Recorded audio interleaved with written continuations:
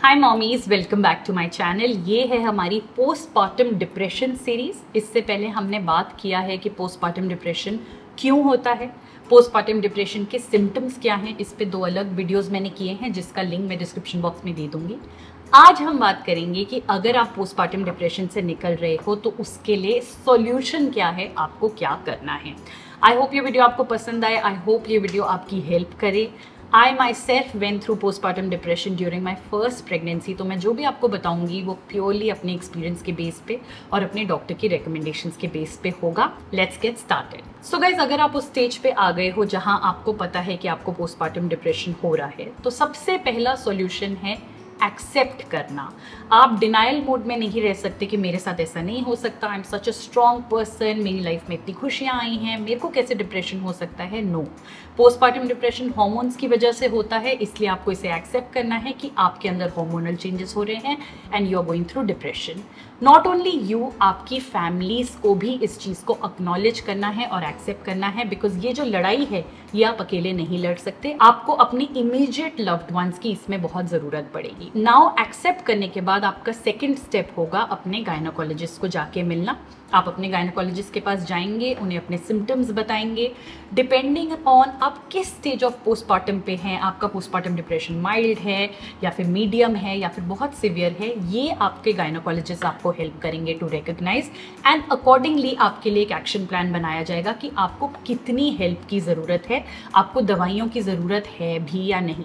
देखिए, typically postpartum depression की कोई दवाई नहीं है। मैं आपको कुछ ऐसे सॉल्यूशंस बताऊंगी जो आप अपनी लाइफ में करेंगे तो आप इसे ओवरकम कर देंगे, बिकॉज ये एक वेट एंड वॉच का पीरियड है। जैसे जैसे आपके हार्मोन्स वापस बैलेंस होंगे, आप अपने आप इस सिचुएशन से बाहर निकल जाएंगे। बट अगर इस सिचुएशन के दौरान आप और डीप जाते गए तो फिर आपके लिए इससे निकलना बहुत मुश्किल हो जाएगा। अब आप सेकंड स्टेप में अपने गायनोकोलॉजिस्ट से मिल चुके हैं, आपका डिस्कशन हो चुका है कि आपको दवाई की ज़रूरत है या फिर सिंपल होम ट्रीटमेंट से आप इसे सॉल्व कर सकते हैं। अब आपको क्या करना है? सबसे पहली चीज़ गाइज, आपको रोज़ 30 मिनट्स ऑफ सनलाइट लेना है, धूप लेनी है। इसके 2 तरीके हैं। आप वॉक पे जा सकते हैं which will be very effective for you, because धूप के साथ साथ आप वेट लूज भी करेंगे। जब आप वेट लूज करेंगे तो आप में ऑटोमेटिकली एक कॉन्फिडेंस आएगा, एक हैप्पीनेस आएगी। बहुत सारी मॉम्स को ज़्यादा डिप्रेशन इसलिए होता है बिकॉज उनको लगता है कि अब वो कैसे लग रहे हैं, उनको नहाने का टाइम नहीं मिलता, उनको कपड़े चेंज करने का टाइम नहीं मिलता, they are just not happy looking at themselves in the mirror, और वो अनहैप्पीनेस उस डिप्रेशन को और बढ़ाता है। तो आप 30 मिनट्स के लिए सनलाइट या तो वॉक के थ्रू लीजिए। अगर आप नहीं ले सकते, मान लीजिए आप बिल्कुल एक न्यू मॉम है, आप घर से बाहर नहीं निकल सकते, तो अपनी बालकनी का यूज़ कीजिए। बालकनी में बैठ के आपको 30 मिनट की धूप लेनी ही है। वैसे तो आप अपने बच्चे के साथ भी ले लेंगे, क्योंकि न्यूबॉर्न बेबीज़ को भी हमें 15-20 मिनट धूप ज़रूर दिलानी चाहिए, बट न्यू मॉम्स को भी हमें आधा घंटा धूप ज़रूर दिलानी चाहिए। सेकेंड, आपको बनाना ज़रूर खाना है। आप नॉर्मली अपनी डाइट में बनाना रखिए, बट जब आपको बहुत डिप्रेसिव थॉट्स आ रहे हैं उस टाइम पे आप बनाना कंज्यूम कीजिए, वो भी आपको बहुत जाके हील करेगा। तीसरी चीज़, आपको रोज़ नारियल पानी पीना है। नारियल पानी भी हार्मोन्स को बैलेंस करने में हेल्प करता है, बॉडी को अंदर से जाके थोड़ा सा ठंडा रखता है, आपके हाइड्रेशन लेवल्स को ठीक करता है and overall for postpartum depression it is very good. चौथी चीज़ है डार्क चॉकलेट्स। कभी कभी आप बहुत ज़्यादा डिप्रेस फील कर रहे हैं, रोने का मन कर रहा है, माइंड बिल्कुल डाइवर्ट करने की ज़रूरत है, अपने फ्रिज में डार्क चॉकलेट्स रखिए, निकालिए, खाइए, गिल्टी फील मत कीजिए। Dark chocolates actually breast feeding moms के लिए बहुत अच्छी है and you will actually only get benefit out of it because they are very good for postpartum depression.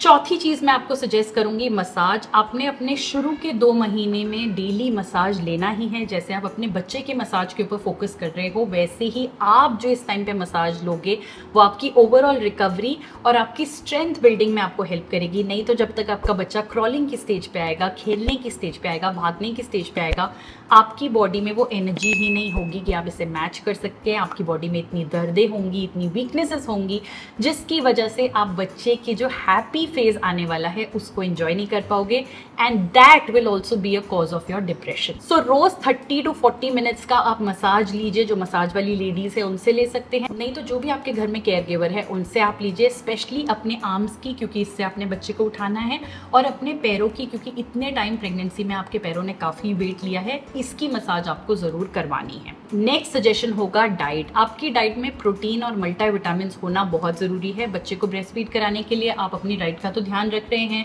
But multivitamins की भी बहुत ज़रूरत पड़ती है। बहुत सारी मॉम्स प्रेगनेंसी के लास्ट डे तक अपने मल्टीविटामिन्स को प्रॉपरली लेती हैं। आयरन लेंगे, कैल्शियम लेंगे, कोई एक्स्ट्रा मल्टीविटामिन है वो लेंगे, दूध में प्रोटीन पाउडर डाल के लेंगे, दिन में 3-3 बार दूध पियेंगे।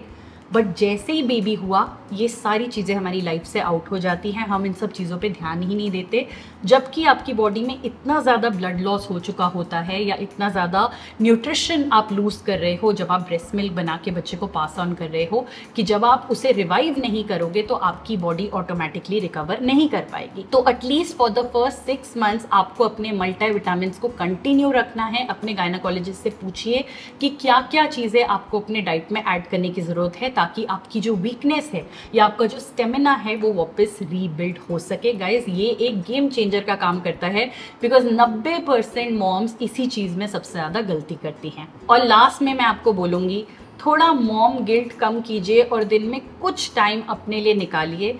उस टाइम का मतलब ये नहीं है कि आप कहीं बाहर जा रहे हैं या आप सोशलाइज कर रहे हैं या फिर आप अपने फ्रेंड्स से मिल रहे हैं, वो भी आप कर सकते हैं, but on a daily basis some time away from your baby, कुछ ऐसा करते हुए जो आपको सूद करता है, जो आपको सेटिस्फैक्शन देता है, जो आपको पीस देता है, दैट इज़ वेरी इंपॉर्टेंट। और उसके लिए you need to ask for help, because जब आप अपने बेबी से दूर हैं तो आप तभी पीसफुल होंगे जब आपके बेबी को कोई देख रहा होगा, चाहे वो सोते हुए ही क्यों ना हो। मॉम्स अपने बेबी को सिर्फ देखते देखते टाइम निकाल देते हैं क्योंकि उन्हें डर लगता है कि बेबी कहीं गिर ना जाए, बेबी कहीं उठ ना जाए, बेबी की कहीं ऊँ ना आ जाए। आपको थोड़ा time away from your baby लेना है for your mental peace. That is the most important thing that you need to do for yourself. आपके हस्बैंड घर आ गए हैं, उनसे हेल्प लीजिए, इन लॉ से हेल्प लीजिए, अपने पेरेंट्स से हेल्प लीजिए, बट अगर आप ये कर लेंगे तो आप देखेंगे कि आपकी खुद पॉजिटिविटी में कितना फ़र्क पड़ेगा। बस गाइज ये सिंपल सी चीज़ें हैं जो करना बहुत मुश्किल है इनिशियल फेज में, बिकॉज हम बेबी से ध्यान हटा ही नहीं पाते। It's a very natural thing. But guys अगर हमें पोस्टपार्टम डिप्रेशन के सिम्टम्स हैं और हम ये नहीं करेंगे, देन हम अपने बेबी के लिए कुछ अच्छा नहीं कर रहे हैं, हम कुछ बहुत ही बुरा कर रहे हैं। बिकॉज अगर ममा अनहैप्पी है तो बेबीज़ भी वैसे ही होंगे, वो आपकी वाइब फील कर सकते हैं। बेबीज़ क्रैंकी होंगे, बेबी ज़्यादा परेशान होंगे, हो सकता है आगे जाके वो अग्रेसिव भी हों। Overall they will not be happy babies if they don't have happy mama's. So mama's अभी इन चीज़ों पे काम करना शुरू कीजिए, अपने गायनेकोलॉजिस्ट को एक विजिट दीजिए। प्रेगनेंसी में आप उनसे इतनी बार मिलते हैं, अब हम टाइम क्यों नहीं निकाल पाते अपने लिए, जबकि हम एक इतनी बड़ी प्रॉब्लम से जूझ रहे हैं। पोस्टपार्टम डिप्रेशन का लेवल अगर बहुत सिवियर कैटेगरी में मूव हो जाए तो that can actually be really harmful for the mother and the baby. So अभी स्टेप अप कीजिए और इस चीज़ को ट्रीट कीजिए।